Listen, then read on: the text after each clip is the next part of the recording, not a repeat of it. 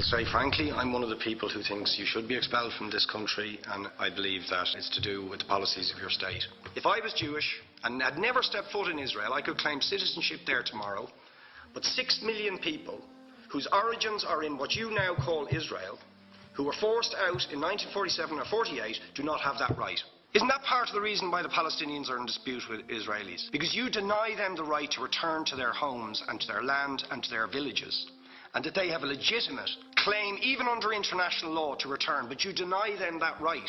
Why do you deny them that right? And why do you give that right to other people who have no connection whatsoever with the land, whether you call it Israel or whether you call it Palestine? Why do you continue to seize land, if you're serious about Oslo and the two-state solution, which under that agreement is land designated to be Palestinian land? 500,000 people, most of which has taken place since Oslo. You allow that to happen. Why do you allow it to happen? If you're serious about giving this land to the Palestinians, it's absolutely extraordinary. Are you not just taking us, Ambassador, for idiots? That you can say with a straight face, we're serious about peace, but while we're serious about peace, we're going to seize Palestinian land. And you expect the Palestinians to just sit back and do nothing about that. Now, you know what the Palestinian people have been asking for. Far less even than some people would ask for. Because I believe the whole apartheid system should be dismantled. But what they've asked for is to lift the siege of Gaza. Just to lift the siege of Gaza. Let them have an airport. Let them have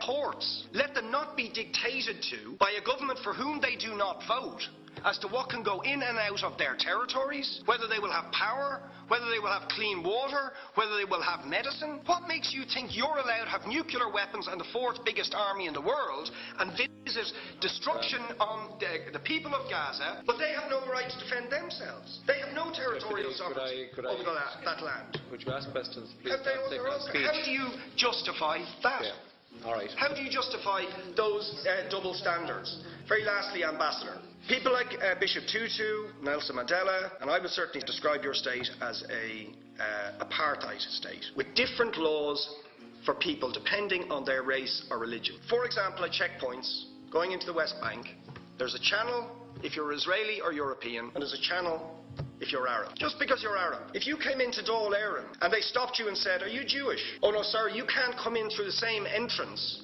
as Irish people or European people because you're Jewish," you would call that racism and apartheid. You practice that with your checkpoints and your military barriers and your apartheid wall. How can you